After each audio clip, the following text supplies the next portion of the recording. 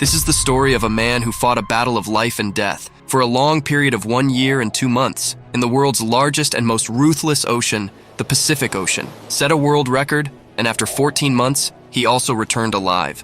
But what happened as soon as he returned that he ended up in jail? Find out the whole story in this video.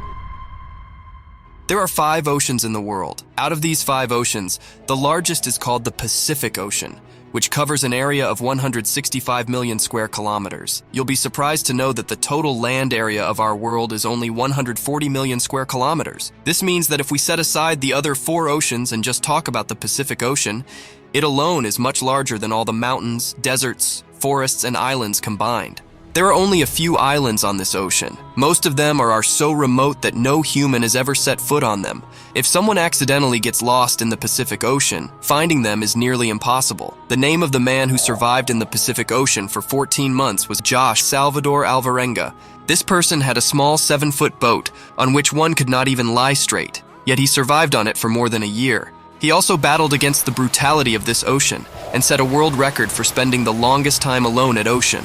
A world record that no one would even think about breaking. Josh was only forced by fate to face these circumstances. But the question is, how did this person survive alone in this vast ocean for 14 months? But before that, we will find out why he went to this ocean. The story goes back to November 17th, 2012, when Jose, a 36-year-old experienced fisherman, lived in a small village called Costa Azul in Mexico. On the 17th of November 2012, Josh and his friend went out for fishing together.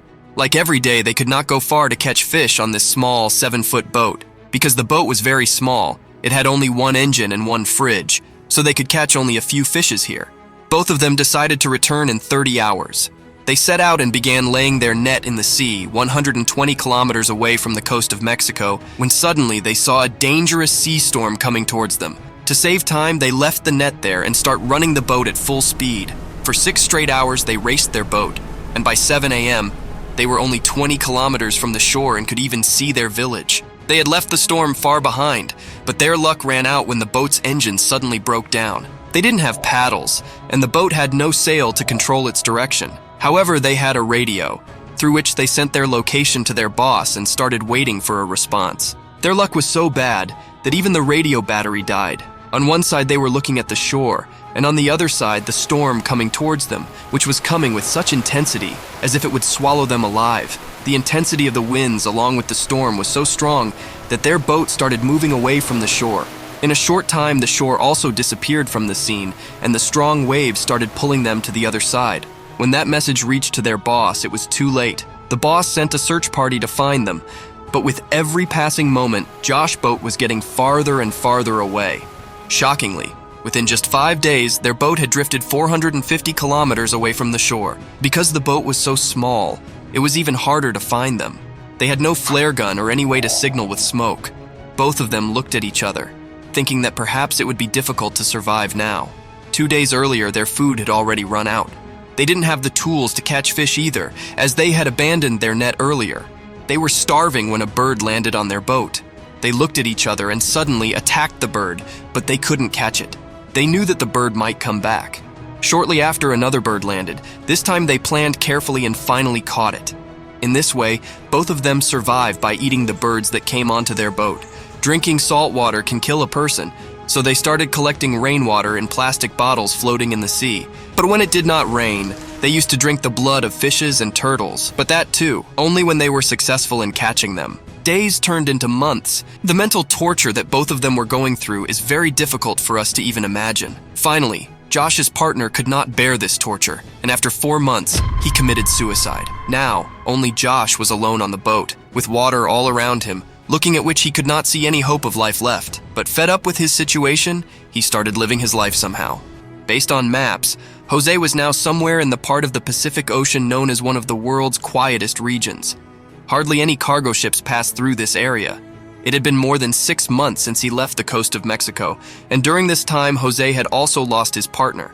One day, he spotted a cargo ship in the distance, the first ship he had seen in 6 months. Seeing it gave him hope again. Jose tried to signal the cargo ship in every possible way, but unfortunately the ship was too far away, and they couldn't see his tiny boat.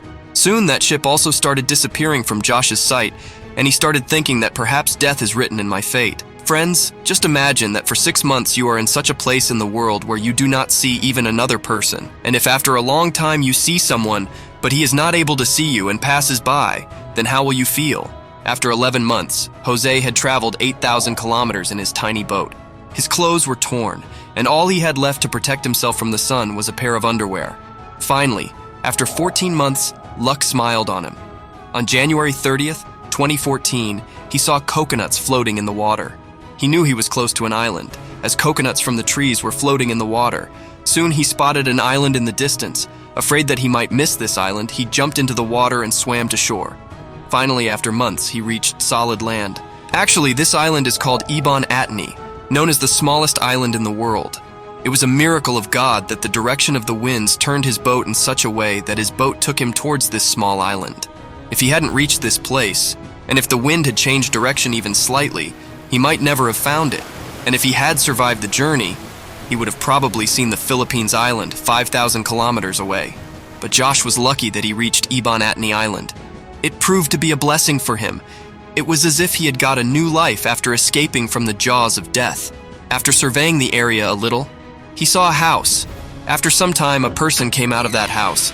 After spending about 14 months in the ocean, he was seeing a living person for the first time. Seeing this, tears came to his eyes. Soon after hearing his story, the local police arrived. Jose narrated his entire journey to the officers, but no one believed his story. How could anyone survive for so long on such a small boat without food or water and seeing a dead body? To prove his story, he called his boss, who used to send him out for fishing trips. His boss confirmed that Josh worked for him and that he had gone missing a year earlier. Now, because he had reached another country without a visa, after a few days of legal proceedings, he was sent back to Mexico. But this wasn't the end of his journey. The family of Jose's partner, who had died midway, filed a case against him, accusing him of killing and eating his friend. After several legal battles, Jose was released. A few days later, he published a book called 438 Days, detailing his entire story. Jose's story inspires us that no matter how tough life gets, there's always a solution to every problem.